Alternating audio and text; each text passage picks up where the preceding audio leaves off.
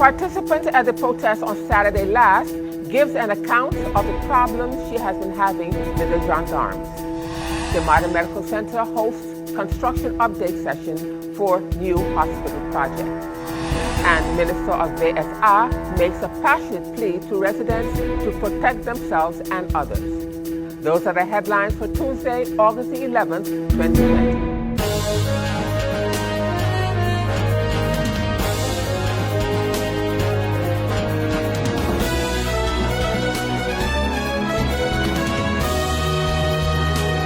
Good evening, viewers. This is SXM Daily News. I am Valerie Van Putten. Thank you so much for joining me this evening. And as usual, we have a packed newscast for you, so let's get started. In our first story, the number of persons infected with the COVID-19 virus now stands at 95.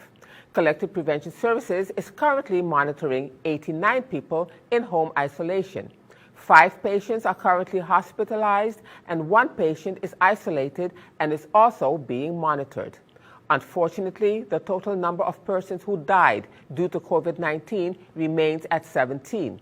Speaking on the program The Breakfast Lounge with Lady Grace Tuesday morning, the Honorable Minister of VSA, Richard Panafleck, made a passionate plea to residents to protect themselves and others at all times. Since the beginning, 93 persons recovered. We still, unfortunate number of 17 that passed away, and we have in total, from the beginning of the year up to now, 205 people that have been registered as positive. One of the things that we can say is that different to the first, let's call it the first wave, the stats are showing that it's more between the young age of 20 to 40 years old that are right now positives. The percentage of it seems to be also asymptomatic, and asymptomatic means that the people are positive, but it will not show. And for them, it might be good, but for the rest of the community, those are very dangerous people. Why? Because you do not know. The carriers are. Right, the persons look like they're good and healthy and everything, but while they're positive. And if you have underlying conditions, it will be very detrimental to you, because we have cases that of families, father and son. The son was positive, but basically asymptomatic, and the father within a couple of days took so ill that right now he's still hospitalized. So those are the things that we have to take in consideration. It's not because we are friends or not because we have a relationship that you can just put down your guard. Right. And because you do not know nowadays who got it, who don't have it. Same thing, place of work. It's your colleague, you work with them daily. But that don't mean, because it takes only one person to have went out, either to a bar, a club, to a large gathering, and got it without you knowing. That person might be carrying the virus and then spread it. And if you are of your health condition cannot take it, you will get sick, and very fast and very bad. And that's what the people seemingly don't want to understand. There is no friendship, there is no relative, there is no family. You have to be vigilant for yourself, because you cannot see it on somebody's forehead. I got it, I carry it. You mentioned that I'm wearing the mask. Yes, because how can I project the message if I myself don't do it? We cannot. I mean, the 3 of us sitting in the room, we expect, but we don't know. Maybe you all are so healthy that you can carry it asymptomatic, but I'm not, so I have to protect. And this is for everybody. You have to protect not only yourself, but you have to protect your loved ones too. You can't be going out and then come home to your parents or your grandparents or your family and then happen like nothing, because you don't know you have it. And Prime Minister of St. Martin, the Honorable Sylvania Jacobs, speaking recently online last Sunday, August the 9th, has once again issued safety guidelines for employers, employees, and workers at their various places of business. The public should also be aware that following these instructions from the workers in the stores or the security guards, etc., is tantamount to your own safety as well as all of those who work at the premises. If you do not adhere, then you will be asked to leave the premises. They should also have posted signs and have the opportunity to sanitize hands upon entry. Any persons or clients who are showing any signs of the COVID-19 virus and will be refused entrance into the business. For businesses and employers, it is also your responsibility to ensure that your employers are provided with masks, have proper hand sanitization, have all the information on hygiene, and have instituted frequently cleaning of touched surfaces as well as the working environment.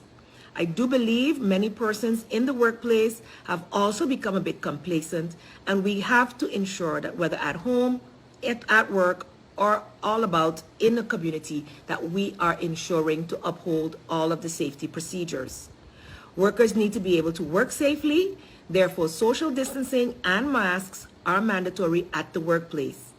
Employees that are ill should be sent home by their employer and are required to call their medical doctor as a precautionary measure.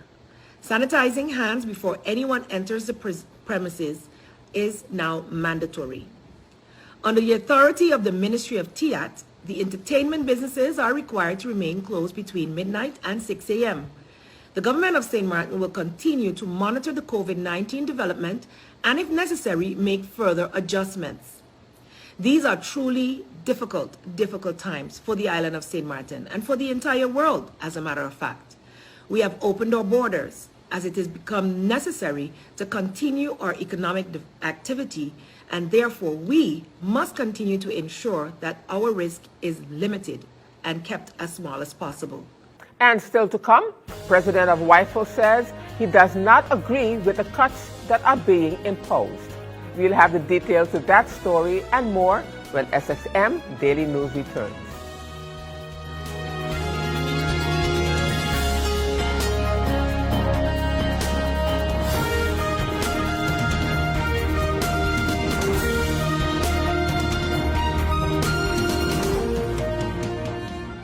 GEBE has been faithfully serving the communities of St. Martin, powering your home and our economy.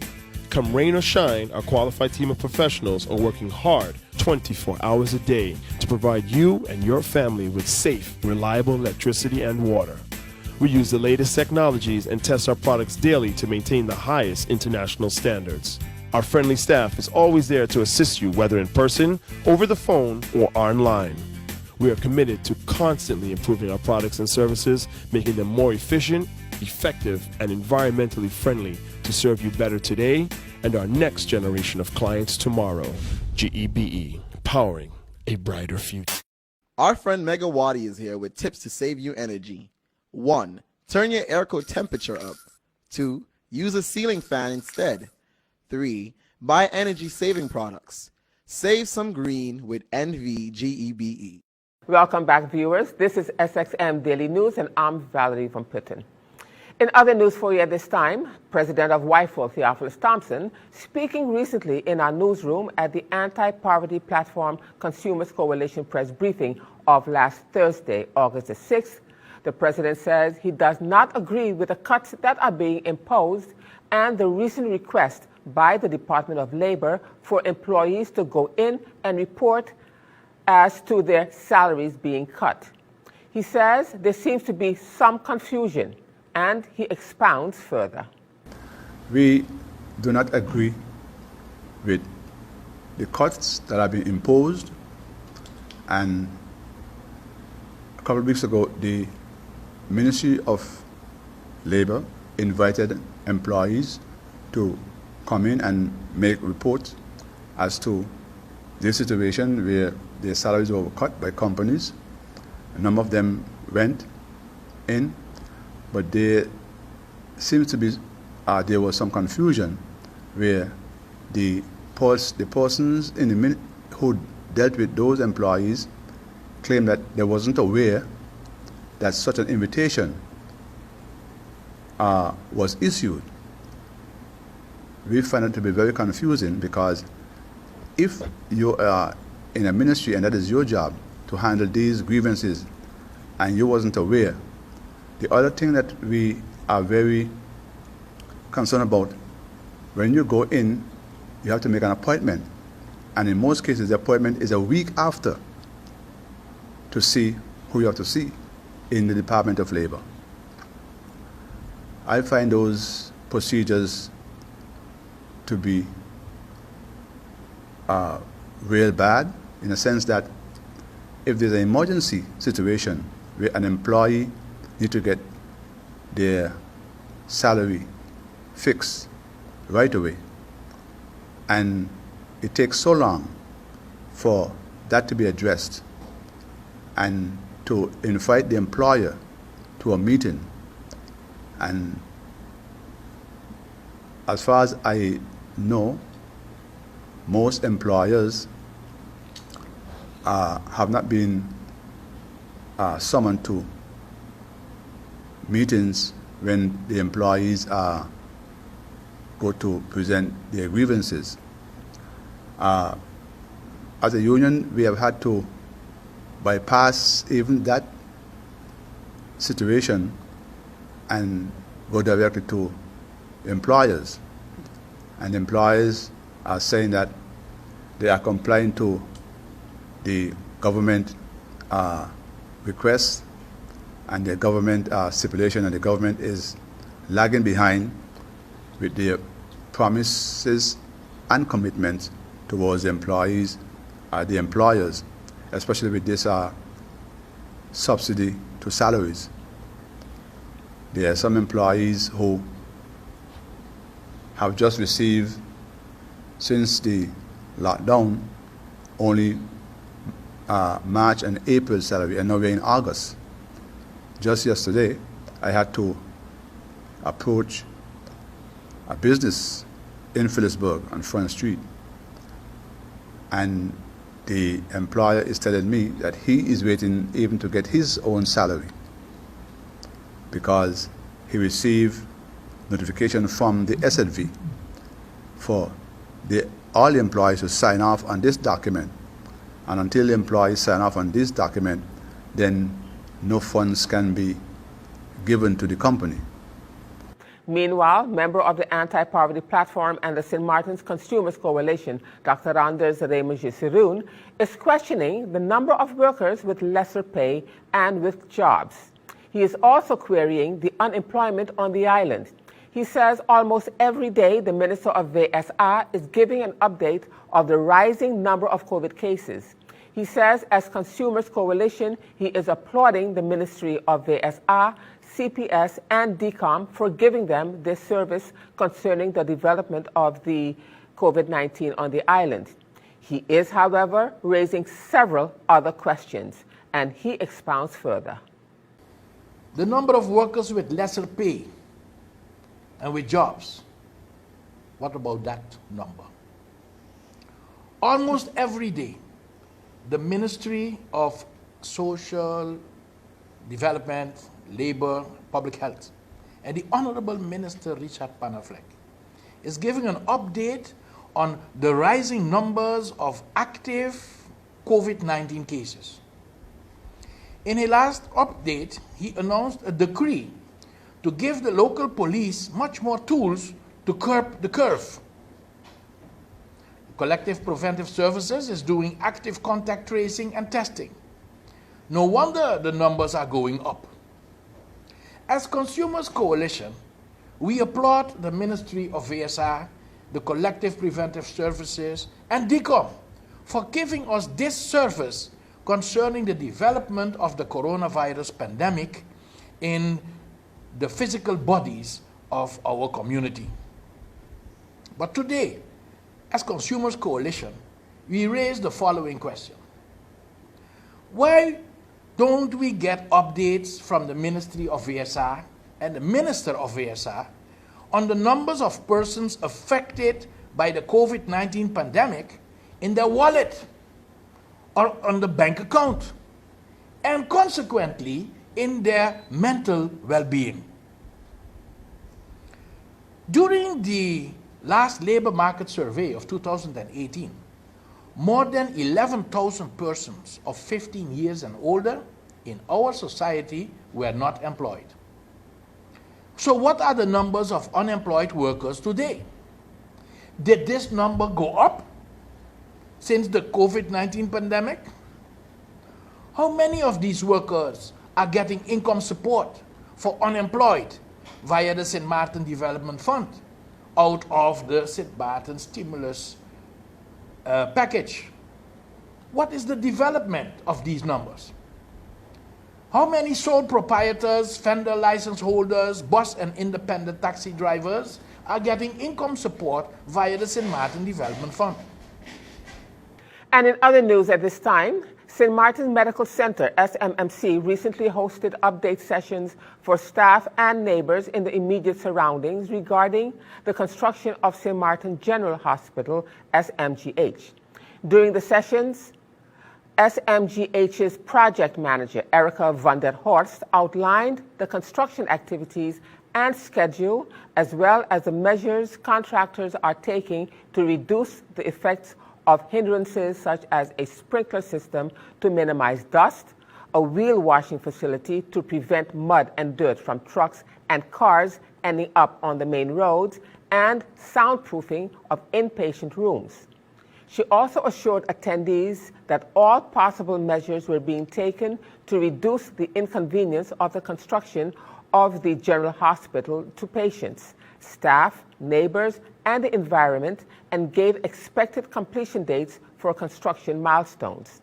The construction of the St. Martin General Hospital is estimated to be completed in 2024, and the new hospital will have 110 inpatient beds, 4 operating theaters, 4 outpatient clusters, a dialysis clinic with up to 30 positions, a radiology department including MRI, a helicopter deck, a pharmacy, laboratory, and sufficient parking. The new hospital will also be able to withstand Category 5 hurricanes up to 200 miles per hour, sits on base isolators to be able to handle earthquakes with a magnitude scale of 6 on the Richter scale, and has solar paneling for the usage and generation of cleaning renewable energy.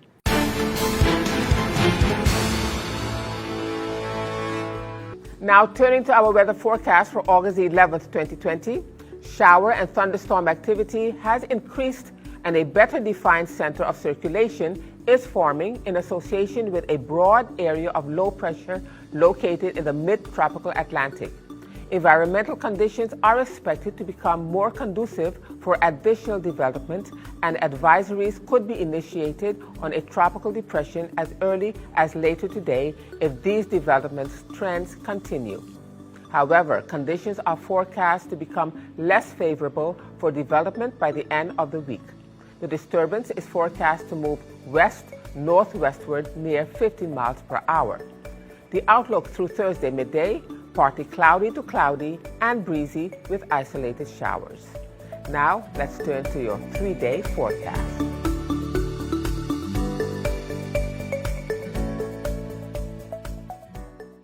And still to come, CFT Chairman Raymond Grados visits Food Bank Curacao. We'll have the details to that story and more when SXM Daily News returns.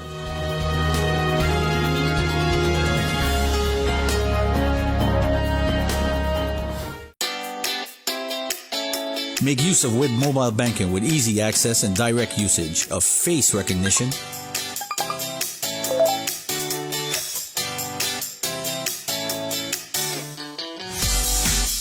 PIN code,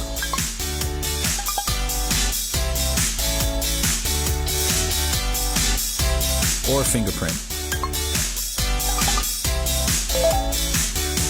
Download WIB mobile banking app and make your transaction from anywhere at any time. For more information, visit wib-bank.net/quick-login. Welcome back, viewers. And now in this item from our electricity company, GEBE, they are reminding you that there will be electricity disruption at the Tamarill Hill Estate, which includes Tamarill Hill Road, Springville Villas, Rising Star Villa, Villa Rosa, Bel Amor, Villa Caribella, and surrounding areas. The interruption will take place tomorrow, Wednesday, August the 12th, from 9 a.m. until 4 p.m. And then Dawn Beach, Ocean View Terrace, Escargot Drive, Clamshell Drive, and surrounding areas will be interrupted on Thursday, August the 13th, 2020, from 9 a.m. until 4 p.m. This outage will allow GEBE to carry out the necessary maintenance to their distribution center. They apologize for any inconvenience caused. And now in news out of Curacao, Raymond Grados, chairman of the 3 boards of the Financial Supervision, CFT, recently visited the food bank Curacao Voedselbank, and there he received from the foundation Secretary Stasia Illich information about the setup of their social initiative that has been providing aid to thousands of families on the monthly basis since the beginning of the COVID-19 crisis. The food bank has distributed more than 40,000 food bags since April 2020. Grados was also informed about the donors who made this form of assistance possible through their financial contribution. He received information as well about the involvement of all volunteers who work every week in various manners to complete all work that needs to be done. Raymond Grados is paying an informal visit to Curacao, where he personally learns about local developments and has informal conversations with various authorities and people in the course of 1 week. It was originally intended to also visit other Caribbean countries within the kingdom, but that turned out to be impossible. The regular visit of the full board to the countries, which was planned for June, has also been canceled. The next trip is planned for October 2020. And in news out of French St. Martin, one of the attendees at the protest on Saturday last to block the border spoke of a problem that she has been having with the gendarmes with regard to the blocking of the border. She says that since they blocked the border, she has been having trouble with crossing over to the Dutch side, as while she is a French resident, she is a business owner on the Dutch side. She expounds further. I went over to the Dutch side. I'm a business owner. I have 10 employees. And on Monday, I went to the Dutch side to do some grocery. We all at print. I had no issues. They asked me my ID and they told me to go ahead. But on Tuesday morning, as I came to the frontiers, I was stopped. But before me, there was Sophia County that was blocked and couldn't pass. There was another gentleman who's a business owner and he couldn't pass. So I was the third person that couldn't pass. The gendarme asked me for my ID. I showed it to them and I figured it would be okay. For proof of address, showed it to him thinking it would be okay. Still was an issue. I said I live on the French side. I have a French number plate on my car, and he wanted to know how could he really believe and know that I live on the French side. As I said, I was a business owner. He asked me if I had my cabis, which I did on my phone as well. But at this point, he told me if I didn't listen to the news and heard the radio, because Madame la Préfète said if you do not have that attestation, you cannot enter. I said I was born in St. Martin, I reside over there, and how could you forbid me from entering? So he then said, okay, he's going to see, make a phone call. He took my ID. I waited patiently, and my car, he came back to my car and he said, what happened? I'm trying to help you here and I'm trying to get attestation. But I told him if I need attestation, which I made a request from the first lockdown and I never received it. I said to him, well, I'm going to leave from here, go directly to the prefecture and make another request. He said, well, you cannot go. I said, what should I do? He said, pull on the side. I said, no, I have to go to work. I have my business to open. I have employees to take pay at the end of the month. He said, I'm trying to help you. What's your problem? I said, I don't think you're trying to help me. What you're doing, you're provoking me. Because after asking me for all the documents, you're still telling me I cannot pass. And you're waiting on Madame la Préfète to give me the okay. And still in news from French St. Martin, counselor and leader of the MJP on French St. Martin, Louis Mussington, says that if you really want to be forceful, why doesn't the southern side and the northern side join forces and make sure that they have an organized testing system at the Princess Juliana Airport? That would have been the most effective way to combat the virus. The leader of the MJP was speaking at the time to Air Supply yesterday on 101.5 FM St. Martin Radio. What I was saying from the beginning, and I still stand to that position today, is that if we really want to be forceful in making sure that the people who are coming as safe as we think they could be, are allowed in, why not the southern side and the northern side join forces and make sure that they have an organized testing system at the Juliana Airport? That would have been the most effective way to combat the virus. You see, we can't, and what happened to me, this way things gone terribly wrong, okay? And right from the start, the Prime Minister, who I appreciate very much, made a fundamental mistake when she first announced that we got to close the border. That was a fundamental mistake. Why? Because that's not how we're supposed to be fighting pandemics or any disaster in this country. We close out because I sense that things are more favorable to me. I say cut you off. And then now in this case, the prefect saying that it was more favorable to the northern side and the southern side was at a disadvantage, that she come up to the idea, cut him off. But at the same time, don't you think that the prefect and also the Prime Minister on the other side is taking people they were both wrong. Into consideration? They were in my interpretation, they were both wrong in their argument or in their stand that they took. Okay? To close the borders. To close the borders. I am saying here, we have to see this from the idea or the concept that this is one island. A small, plus again, a very small island. So we got to fight this thing together. Together we are stronger. And as we continue now with more news, viewers, family and close friends gathered yesterday, August the 10th, to remember and celebrate the life of Jurendi Woods. Jurendi was an employee of utility company GEBE and worked in the IT department. A private family ceremony was held at his parents' home in Reward. A memorial service for Jurendi will be announced at a later date. Management of SXM Daily News takes this opportunity to extend our heartfelt sympathy to the family and friends of Jurendi Woods. And as we end this edition of SXM Daily News for this evening, last Saturday morning, August the 8th, 2020, a flamboyant tree was planted and dedicated to Sergeant Gamali Benjamin in the Emilia Wilson Park on the L.B. Scott Road. Officer Benjamin was injured on the 5th of August 2015 while responding to a call for service.